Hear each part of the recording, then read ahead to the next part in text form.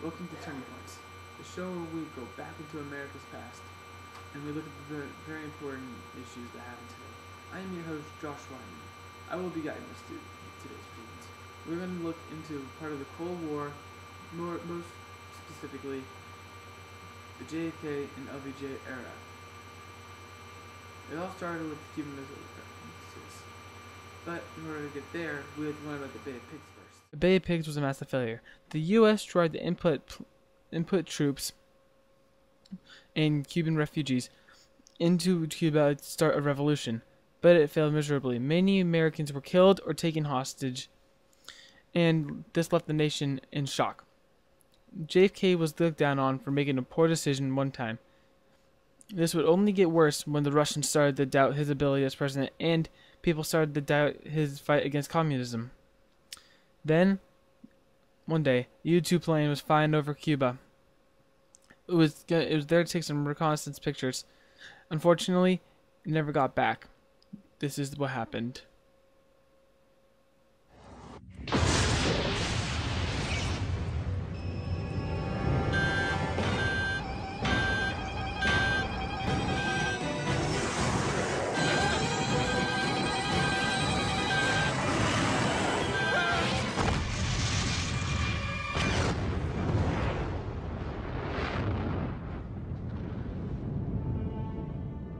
Cuban SAM site shot down our U-2 plane, but we were able to recover some pictures from the plane. What we found scared us. The USSR had sent nuclear weapons to Cuba. This was so scary because it allowed the USSR to fire at America and have them accurately hit their targets within 5 minutes. Kennedy handled the problem brilliantly. It started with an American blockade around Cuba. Kennedy assembled a team of advisors known as the XCOM. 8 days after missiles were discovered, Kennedy told America what happened, sending them to a state of panic. Soon, Kennedy started getting letters from Khrushchev. The first said that we must never invade Cuba, and the next told us that we must remove our missiles from Turkey and Greece. Against the word of his advisors, JFK agreed to the terms and turned the missiles in Turkey and Greece away from the USSR. These events would be known as the Cuban Missile Crisis. It would also be the closest that anyone had ever gotten to going into a nuclear war. This showed that both sides could ease tensions not only between each other, but also within their own countries. It also restored the public's faith in JFK, and this also led to many achievements of diplomatic proportions. One, it led to a hotline between the USSR and the US for times of a crisis, and it led to many acts restricting when you could test nuclear weaponry out, so to not hurt the ozone or atmosphere. Even despite JFK's recent successes in the Cuban Missile Crisis, someone obviously was not happy with him. No one will know the true cause of why he did it, but Lee Harvey Oswald murdered JFK.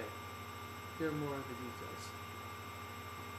Deenihan was a leader put in place by America. When he ended up being corrupt, JFK planned an overthrow of him in South Vietnam.